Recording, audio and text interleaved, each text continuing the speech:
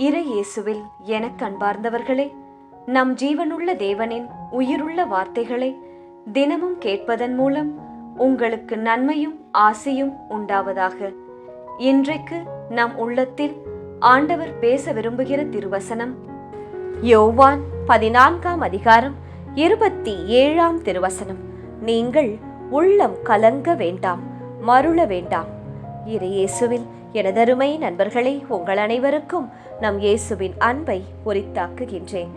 இன்றைய புனிதராம் புனித Hillary of ஆர்லஸிடம் நமக்காக இறை இயேசுவிடம் பரிந்து பேசி அவரின் மேலான இரக்கத்தை பெற்று தரும்படி ஒரு நொடி ஜெபித்துக் கொள்ளுங்கள் நண்பர்களே.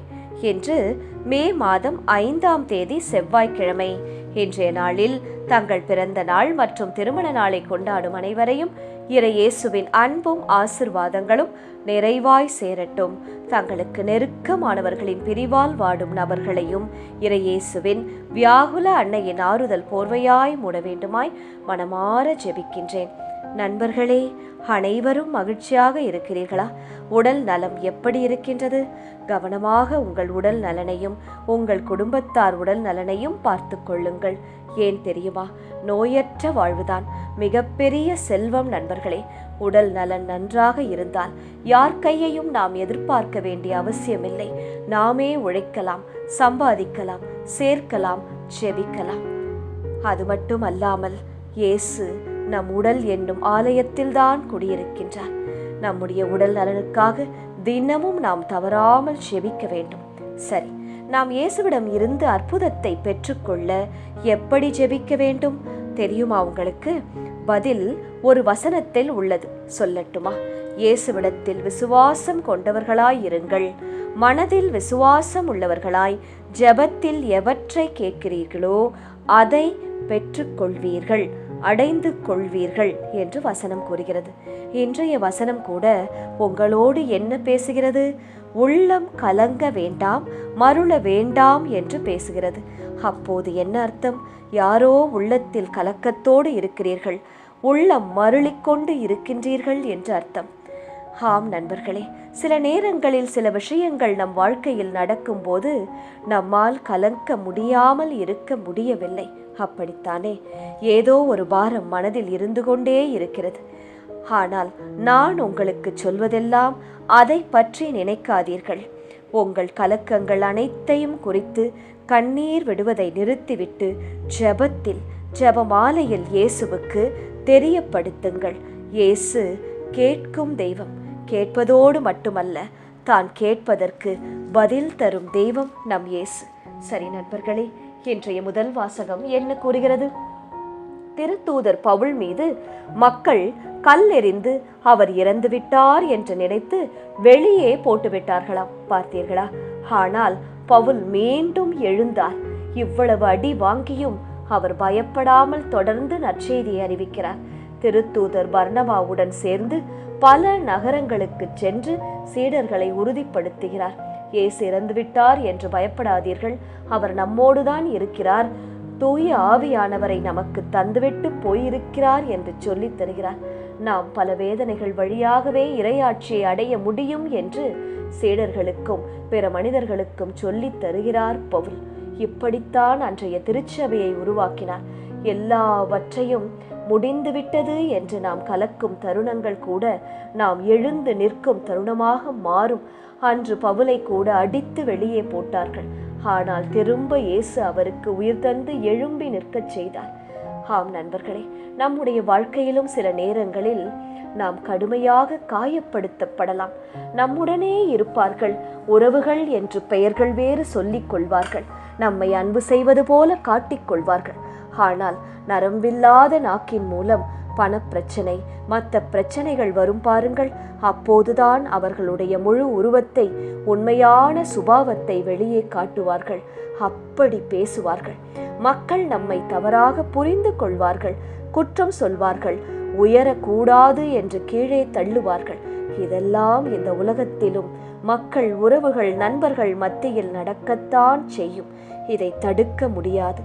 அந்த நேரத்தில் எல்லாம் நான் உங்களுக்கு சொல்லுவது, மனமுடைந்து விடாமல் பவுலை போல மீண்டும் எழுந்து உங்களுடைய வழியில் சென்று கொண்டே இருங்கள்.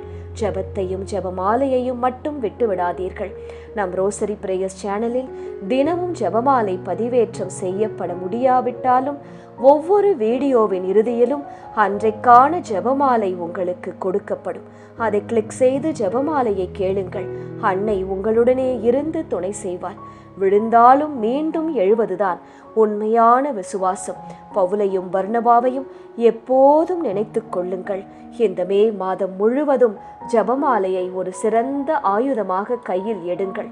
மாத முடிவில் பாருங்களேன், நிச்சயம் உங்கள் வேண்டுதல்கள் நிறைவேறும். ஒரு நாள் கூட தவறாமல் ஜெபமாலை செய்யுங்கள். ஒரே ஒரு ஜெபமாலை முதல் உங்களால் எத்தனை முடியுமோ அத்தனை ஜெபமாலைகளை செய்து ஒப்புக்கொடுங்கள். சரி நண்பர்களே, இன்றைய நற்செய்தி என்ன கூறுகிறது? இயேசு கிறிஸ்து தம் சீடர்களுக்கு ஒரு பெரிய வரம் அளிக்கிறார். அப்படி என்ன வரம் சகோதரி என்று கேட்கிறீர்களா? எனக்கும் அந்த வரம் உண்டா சகோதரி என்று கேட்கிறீர்களா? உண்டு நண்பர்களே.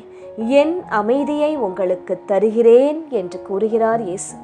இந்த அமைதி உலகம் தரும் தற்காலிக அமைதி அல்ல, அது உள்ளத்தில் நிலைத்து நிற்கும் தெய்வீக அமைதி. அதனால் உங்கள் உள்ளம் கலங்க வேண்டாம், மருள வேண்டாம் என்று இயேசு சொல்லுகிறார். மேலும் தந்தையின் சித்தத்திற்கு கீழ்ப்படிந்து வாழ்ந்த இயேசு உண்மையான அன்பு என்பது கீழ்ப்படிதலிலும் நம்பிக்கையிலும் தான் இருக்கிறது என்பதை வாழ்ந்து காட்டிவிட்டார். இன்று பல குடும்பங்களில் சமாதானம் இல்லை.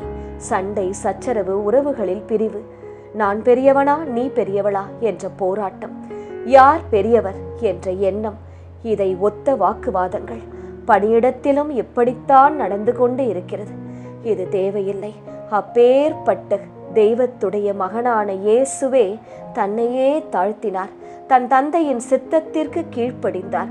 சிலுவையை ஏற்றார், கசையடி பெற்றார், காரி உமிழப்பட்டார். இதைவிட நாம் எல்லாம் பெரியவர்களா? சொல்லுங்கள். இயேசுவை விட நாம் பெரியவர்களா? இல்லையே. நம் வாழ்க்கையில் வரும் போராட்டங்களை இயேசு என்ற நாமத்தோடு நாம் பயணிக்க ஆரம்பித்து விட்டால் நிச்சயம் தாண்டி வருவோம். நம்முடைய வாழ்க்கையிலும் பிரச்சனைகள் வந்தால் வெளியில் எல்லாம் சரியாக இருப்பது போல் இருந்தாலும் உங்கள் உள்ளத்தில் கலக்கம் இருக்கும். சில விஷயம் கணவருக்கு தெரியாது, சில விஷயம் பிள்ளைகளுக்கு தெரியாது, மனைவிக்கு தெரியாது. உங்கள் உள்ளத்தில் போட்டு புகைந்து கொண்டே இருப்பீர்கள். என்று இயேசுவிடம் ஒப்படைத்து ஜெபியுங்கள். இயேசுவே, அன்று சீடர்களுக்கு அமைதி அளிக்கிறேன், என் அமைதியையே உங்களுக்கு அளிக்கிறேன் என்று சொன்னீரே. என் மனதிலும் யாருக்கும் தெரியாத கலக்கம் ஒன்று இருக்கிறதப்பா. அந்த கலக்கத்தை சரி செய்து தாரும். நான் வேண்டுவதை எனக்கு சீக்கிரமே தாரும். எனக்கு அமைதி பிறக்கும்படி செய்தருளும் என்று கேளுங்கள். இயேசுவை நம்பி ஒப்படைத்தால் சூழ்நிலைகள் உடனே மாறாவிட்டாலும் உள்ளத்தில் ஒரு அமைதி பிறக்கும். அதுதான் இயேசு தரும் உண்மையான அமைதி. எதை செய்ய வேண்டும் என்ற தெளிவான அறிவு உங்களுக்கு கிடைக்கும். சூழ்நிலை அமைதியை கொடுக்காது நண்பர்களே. இயேசு மட்டும்தான் உண்மையான அமைதியை நமக்கு தர முடியும். இன்றைய திருப்பாடல் வழி ஜெபிக்கலாமா நண்பர்களே? கண்களை மூடி ஜெபிக்கலாமா? ஆண்டவரே, நீர் உருவாக்கிய யாவும் உமக்கு நன்றி செலுத்துகின்றன. நாங்களும் நன்றி செலுத்துகிறோம். உம்முடைய அன்பர்கள் உம்மை போற்றுகிறோம். உமது அரசின் மாட்சியை ஒவ்வொரு நாளும் எங்கள் வாழ்க்கையின் மூலம் நாங்கள் அறிவிக்க துணை செய்தருளும். உமது வல்லமை எங்கள் வாழ்க்கையில் விளங்கும்படி செய்தருளும். மானிடருக்கு வல்லமை செயல்களை உமது அரசுக்குரிய மாட்சியின் பேரொளியையும் புலப்படுத்தி காட்டியருளும். நீர் எங்களோடுதான் இருக்கிறீர் என்பதை பிறர் கண்கள் காணும்படி செய்தருளும். உமது அரசு எல்லா காலங்களும் உள்ள அரசல்லவா?